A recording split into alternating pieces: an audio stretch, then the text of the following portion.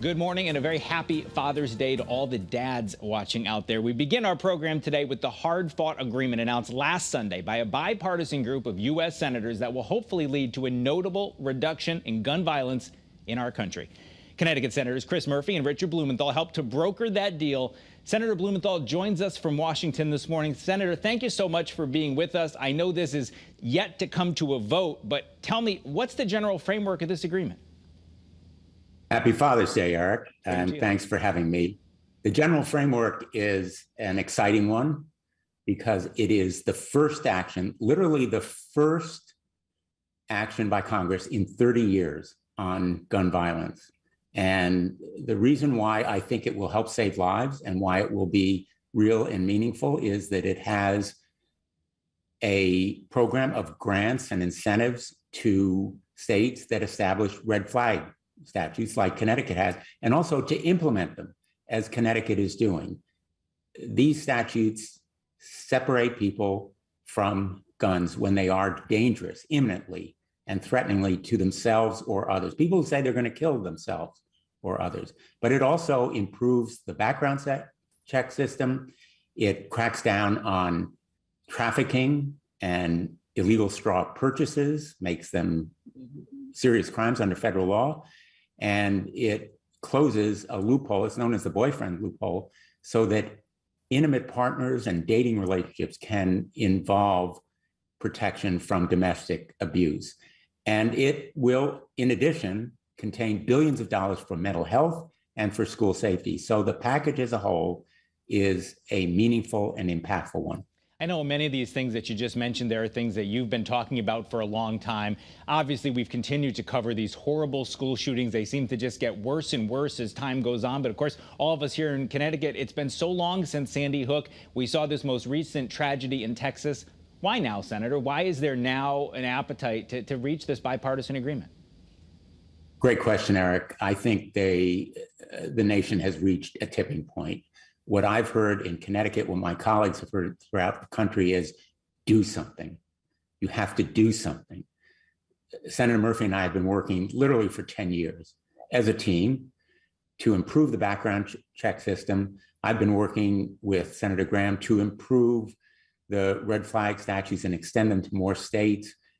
They've literally proved to save lives, 9,000 instances of their being used in Florida, many thousands in Connecticut. They actually prevent suicides, which are the major cause of gun death in this country. And they will also help prevent the drive-by shootings in the streets of Hartford and New Haven, the one-by-one killings that occur, and the mass shootings in Uvalde and Buffalo. And so I think the nation has reached a point of absolute outrage and unacceptability. And it is now saying to our nation's representatives and senators, you must do something. I saw one comment on this compromise saying that one of the beauties of what's been reached is that Richard Blumenthal can go to Connecticut and talk about what's in the program, and John Cornyn can go down to Texas and talk about what's not in the compromise. Does that matter that people who are very pro-gun rights are going to be saying, but it's not taking too much? Does it matter how it's framed to different political circles? Very bluntly, Eric, it matters a lot. In fact, it is critical because we need 60 votes.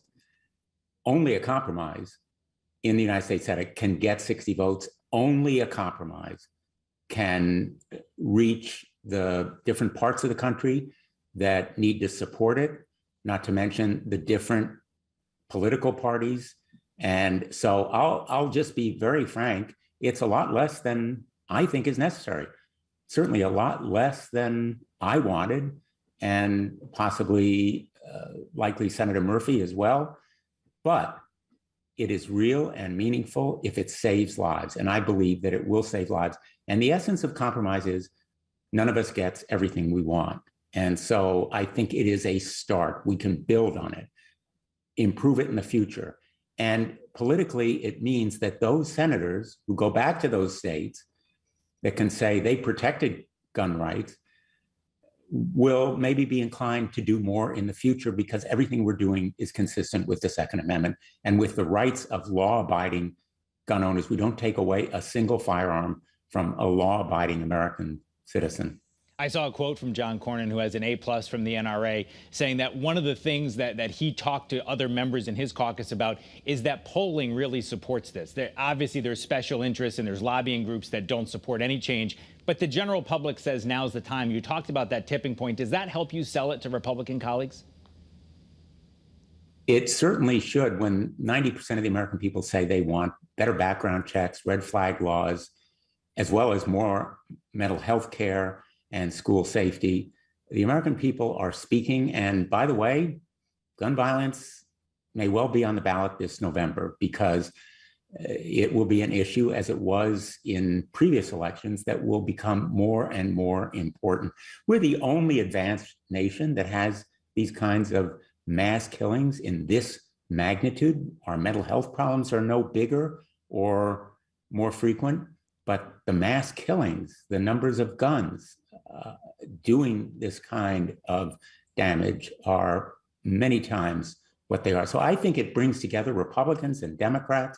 I'm hoping that we will have bipartisan support. And again, the raw math here, the stark political reality is we need 60 votes. And that's the reason that we are compromising in the way that we are. And I give a lot of credit to Senator Murphy for his leadership, which has been steadfast over the years. We've worked together as a team since Sandy Hook. I was involved in this issue as Attorney General of our state beginning in the 1990s, when I championed our assault weapon ban here, the military grade weapons that can fire semi-automatically and kill kids and others, as they did at Sandy Hook. And I defended that law in the courts as Attorney General.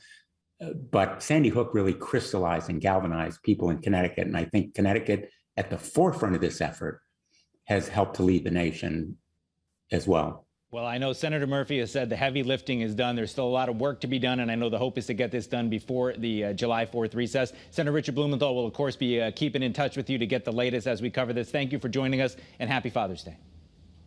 Thank you. Same to you, Eric, and all the dads out there.